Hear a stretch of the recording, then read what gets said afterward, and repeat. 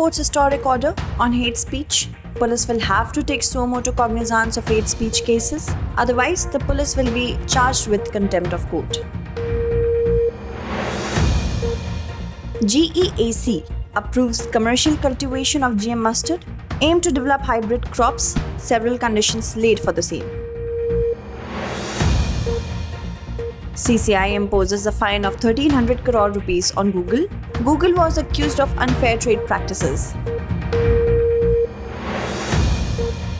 Rajiv Gandhi Foundation's FCRA license cancelled. It was accused of violating the FCRA. This foundation was established in 1991. And Interpol launches its first ever Metaverse to curb online crime. Interpol was established in 1923.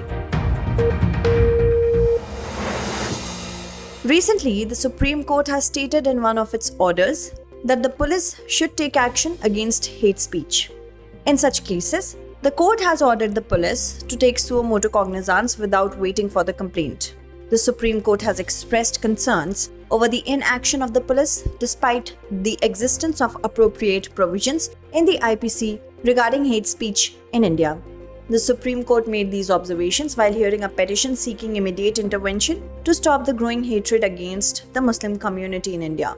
In its interim order, the Supreme Court has asked the police chiefs of Delhi, Uttar Pradesh and Uttarakhand to take immediate suo motu cognizance in the hate speech matters.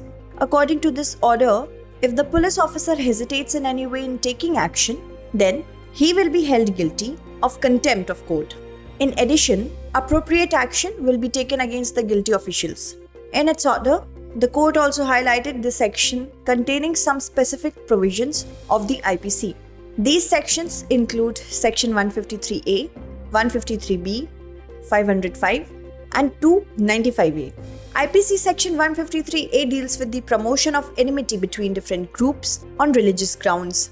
According to this section, if a person commits such an act which hurts the religious sentiments of any religion or sect and causes obstruction in public peace, then he will be considered an offender.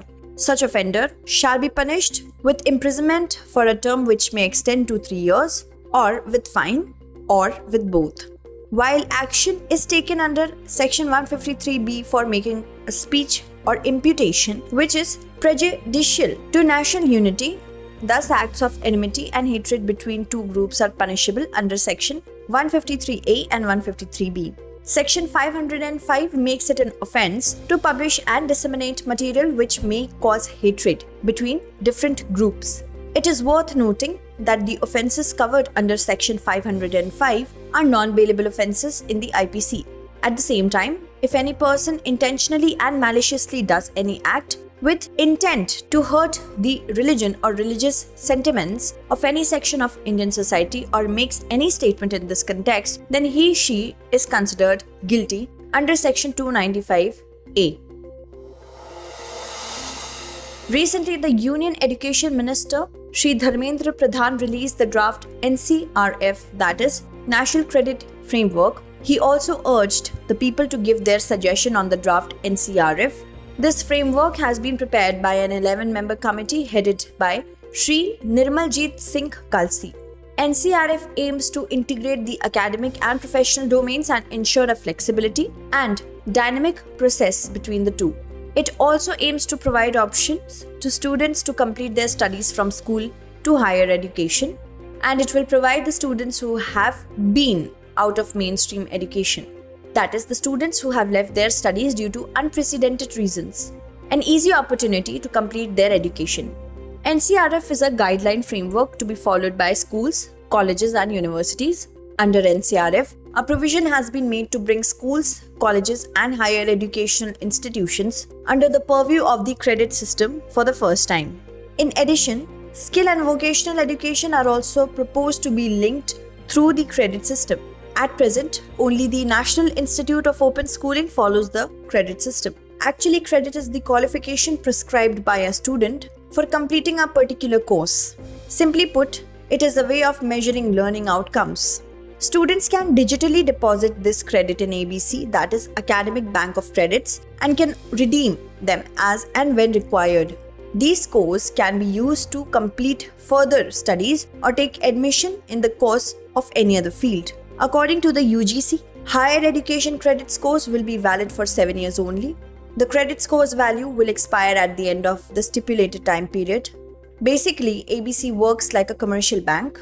Just as a bank provides the facility of depositing and withdrawing money, similarly, ABC provides the facility of depositing and withdrawing credit. So far, only the higher education system was recognized to establish ABC. However, the recent draft NCRF provides for the introduction of ABC at the level of complete school education. Recently, Prime Minister Narendra Modi launched Mission Life, that is, Lifestyle for the Environment Global Action Plan. India was appreciated globally for this program. United Nations Secretary General Antonio Guterres was also present during this event. The action plan aims to reduce the effects of climate change by implementing various strategies and measures at the individual and community level. However, the concept of life was mentioned during COP26. A booklet has been issued for the action plan. Basically, an action plan is a list of lifestyle changes. Through this action plan, India wants to start the environmental protection movement at the global level so that people can be encouraged to adopt their living habits according to natural laws. The Prime Minister has stated that this booklet will be distributed among the participating countries in the 27th meeting of the UNFCCC to be held in November 2022. Significantly, the United Nations Climate Change Conference, that is UNFCCC COP27, is proposed to be held in Sharm el-Sheikh, Egypt from 6th to 18th November 2022. The Government of India has decided to have life as the theme of India's pavilion at the conference. Significantly, India is emitting 1.5 tons of carbon per person every year. On the contrary, 4 tons of carbon per person is emitted every year in the world. India is the 4th largest renewable energy country in the world. While it ranks 4th in terms of wind power and 5th in terms of solar energy, India's renewable energy capacity has grown by almost 290% in the last few years. Notably, India has achieved the target by meeting 40% of its electricity generation from renewable energy sources in a few years. Furthermore, this is the first visit of Antonio Guterres to India after becoming the General Secretary of the UN. Earlier, he had visited India in 2018. Recently, methane super emitters have been detected on Earth. It has been discovered by NASA's EMIT, that is, Earth Surface Mineral Dust Source Investigation Instrument. According to NASA, EMIT has identified more than 50 methane super emitters. These methane super emitters have been identified in Central Asia, the Middle East, and the southwestern United States. Actually, methane is known as a natural gas. In addition, it is a powerful greenhouse gas. It has the potential to increase global warming by 25 times more than carbon dioxide. Limiting its emissions is an important step towards limiting global warming. In fact, human activities are also a source of methane emissions. For example, the leakage of methane in global oil and gas production are major sources of methane emissions. In such a situation, the discovery of methane super emitters will help researchers in a better way to detect methane leakage. The EMIT instrument detected about 3 miles long plume of methane in the sky over an Iranian landfill. According to the researchers, this super emitter is pumping about 8,500 kilograms of methane into the air every hour. However, this super emitter is pumping less methane than the 12 super emitters found in Turkmenistan. All these super emitters of Turkmenistan are connected to oil and gas infrastructure. Some of these methane plumes are up to 32 km high. They are emitting about 50,400 kilograms of methane into the Earth's atmosphere every hour. This emission is comparable to the peak level of America's Aliso Canyon leak. The Aliso Canyon leak is one of the largest methane leaks in US history. EMIT is an imaging spectrometer. It is designed to identify the chemical fingerprints of a variety of minerals on the Earth's surface. EMIT was installed by NASA on the exterior of the International Space Station in July 2022. Since then, it has been mapping the chemical composition of dust in Earth's desert regions. It helps researchers to understand how dust from the air affects the climate. Recently, GEAC, that is Genetic Engineering Appraisal Committee, has again approved the proposal for commercial cultivation of genetically modified mustard. Its goal is to develop parental and hybrid mustard crops under the supervision of ICAR. However, the acceptance proposal is yet to be sent to the Ministry of Environment, Forest and Climate Change for final approval. Earlier also, it had approved the cultivation of GM mustard in 2017, but the proposal was rejected by the Ministry of Environment. The ministry had suggested that GEAC should do more research on this matter. Actually, Delhi University's Center for Genetic Manipulation of Crop Plants had sought approval for commercial cultivation of GM mustard, and GEAC has approved this proposal. The approval given by GEAC for mustard cultivation is as per the existing rules of ICAR. GEAC has also imposed some conditions on the institution for mustard cultivation. As per the terms and conditions, the approval will be valid for a limited period of 4 years. The institution must also submit its compliance report. In addition, their approval will be renewed for 2 years at a time based on the compliance report. Notably, GM crop means modifying the DNA of a crop by using genetic engineering techniques. It is done to develop such a new variety of plants which will increase the yield and improve the quality of the crops. Significantly, GEAC works under the Ministry of Environment, Forest and Climate Change. Its main function is to approve genetically modified microorganisms and products for agriculture. It is India's apex regulatory body for genetically modified seeds. The Competition Commission of India has imposed a fine of more than 1300 crore rupees on Google, the world's largest internet search provider company. This fine has been imposed on Google for abusing its strong position in the Android mobile market. In addition, Google has been instructed to stop unfair trade practices and modify the working methods within the stipulated time frame. Notably, Google operates and manages the Android operating system. For this purpose, it also issues licenses to other companies. Google's operating system and apps are used by OEMs, that is original equipment manufacturer, for their mobile devices. Various types of agreements are signed regarding the use of the operating system and the app. It is called Mobile Application Distribution Agreement. In April 2019, the CCI ordered an inquiry into the matter following complaints from users of Android smartphones. The inquiry lasted for almost 2 years. It found in the inquiry that Google discourages market competition to maintain its dominance in search, app libraries, and other core services. It was also found in the inquiry that Google imposes arbitrary and one-sided contracts on devices and app makers. Hence, CCI has imposed this fine on Google. Earlier, Google was fined Rs 136 crore in 2018 due to unfair business practices in the Indian market. It is worth noting that CCI was established in 2003. It functions to eliminate practices that adversely affect competition and promote open and healthy competition. It also functions to protect the interests of consumers and ensures freedom of trade in the Indian market. Recently, the WHO published the Global Status Report on Physical Activity 2022. Several shocking claims have been made in the report which highlights the need for regular physical activity. According to the report, more than 80% of the world's adolescents and 27% of adults do not meet the physical activity standards of the World Health Organization.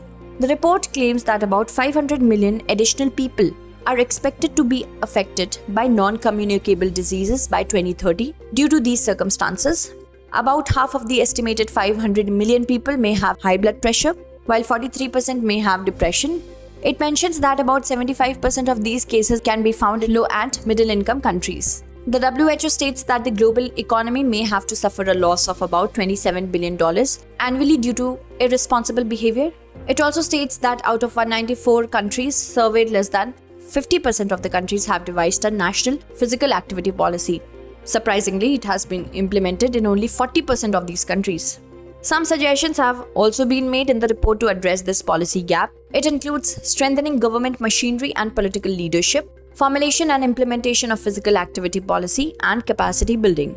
Moreover, emphasis has also been laid on strengthening the data monitoring system and focusing on sustainable funding. Significantly, the WHO launched the Global Action Plan 2018 to 2030 on physical activity in 2018. It set a global target of a 15% relative reduction in the prevalence of physical inactivity by 2030.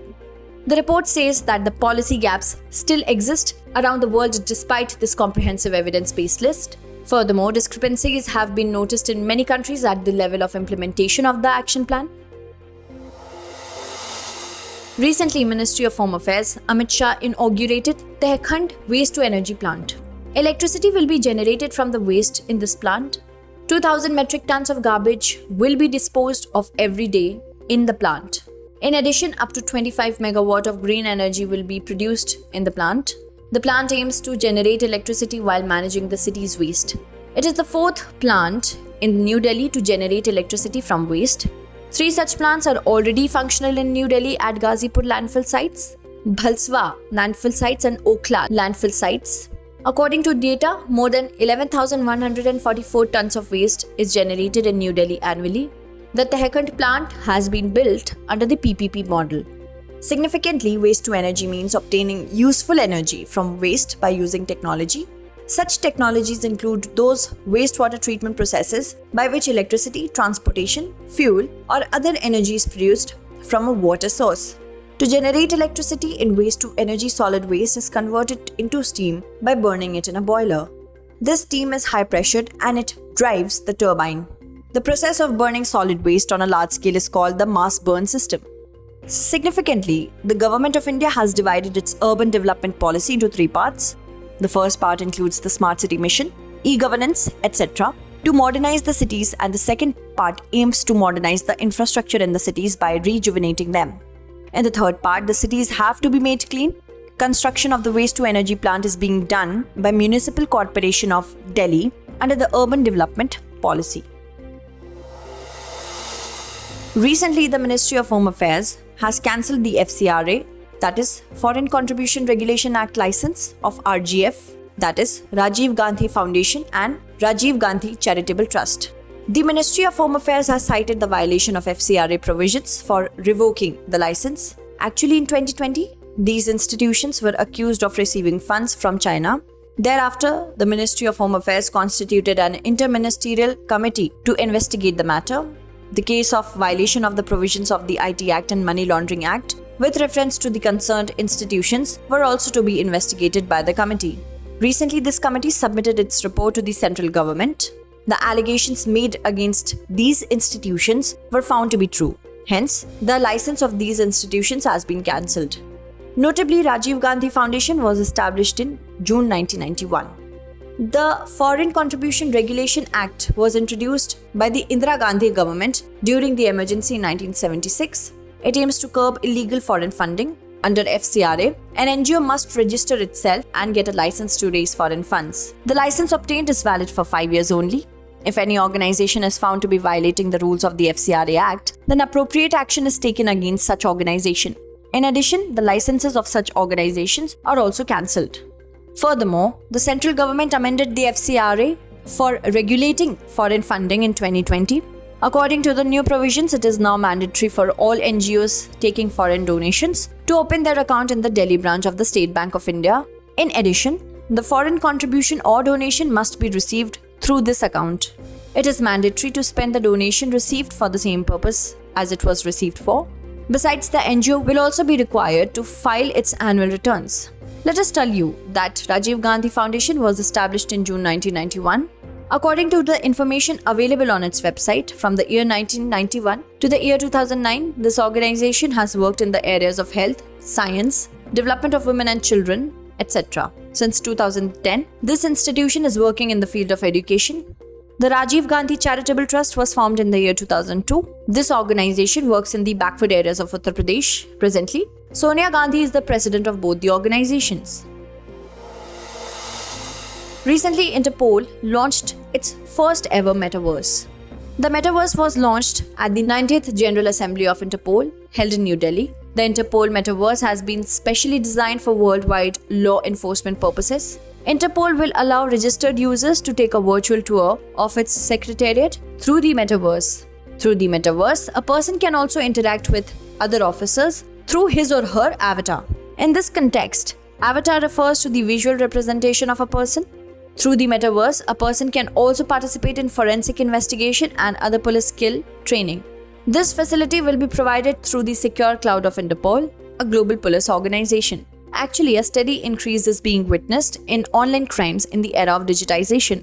At present, criminals sitting in their country are committing online fraud or other kinds of crimes in any other country. Metaverse can prove to be a better option to bring justice to the victim of social engineering fraud. Notably, social engineering fraud is a broad term. It covers cases in which financial fraud is done by criminals by luring them with false promises or by winning a person's trust to obtain confidential information. Such fraud is usually done through social media. Significantly, the metaverse is a combination of several technologies including virtual reality, augmented reality, and video.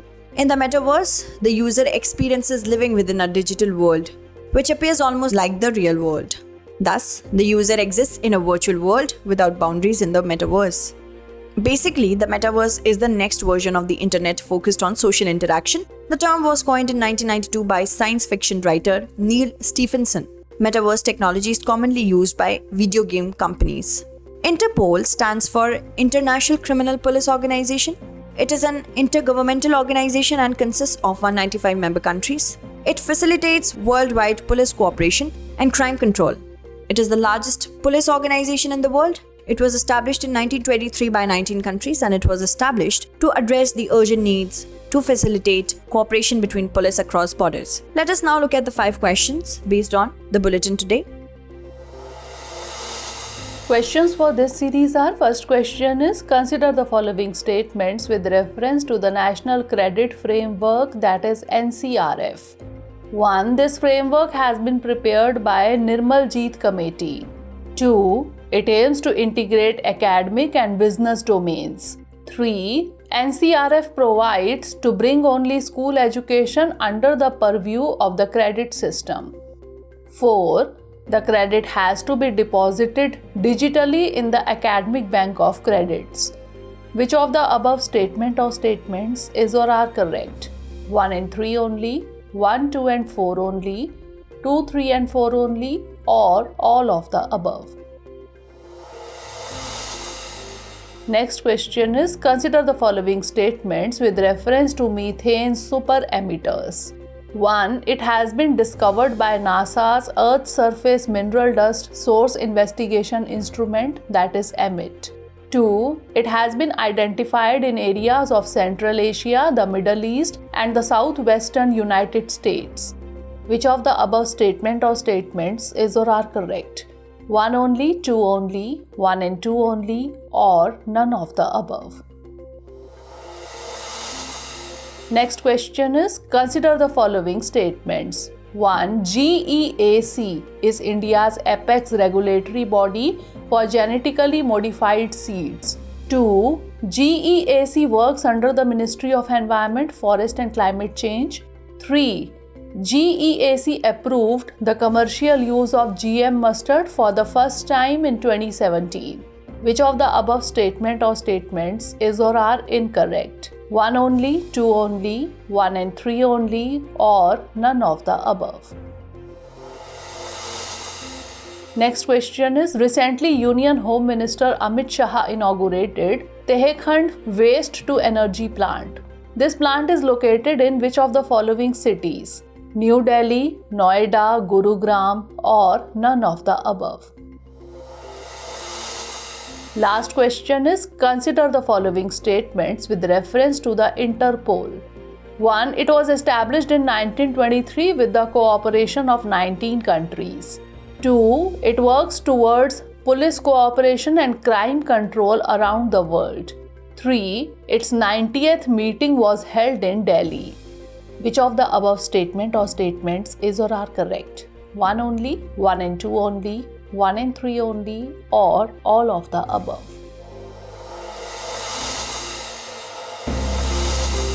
A 2-day Chintan Shivir was organized at Surajkund, Haryana. It was presided over by the Union Home and Cooperation Minister Shri Amit Shah. Home Ministers of various states and Lieutenant Governors and Administrators of Union Territories participated in the Chintan Shivir. This event was organized to prepare an action plan for implementing Vision 2047 and the Prime Minister's Panch Pran, as well as to facilitate national policy making and better planning and coordination in areas related to internal security. Recently, BCCI, that is Board of Control for Cricket in India, took a historic step and decided to pay equal match fees to female and male cricketers. The board has also decided to pay the same match fee for the contracted women players. The decision aims to bridge the gender gap in Indian cricket.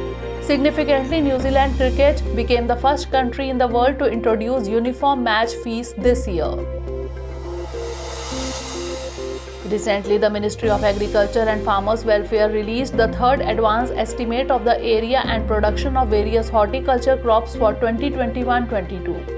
According to the estimate, 342.33 million tons of horticultural crops are estimated to be produced in an area of about 28 million hectares. This figure shows an increase of about 7.73 million tons or 2.3% over the final estimate for 2020-21. However, the estimated figures for potatoes and tomatoes during the same period are lower than last year.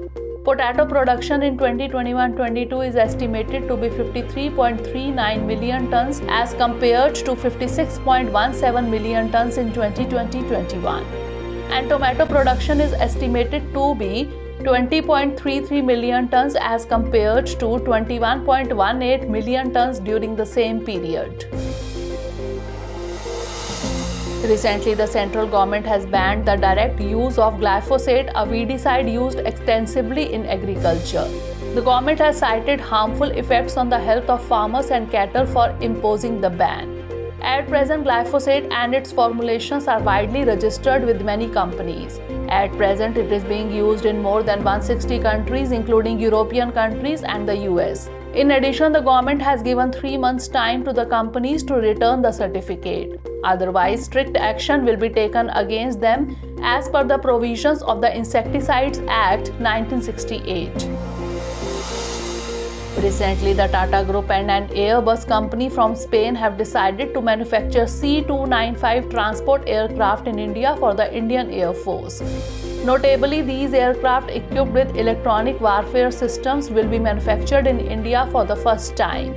A factory will be set up in Vadodara, Gujarat for manufacturing these aircrafts. The factory is expected to start production by 2026. For this, an agreement of 21,900 crore rupees has been signed with the Indian Air Force.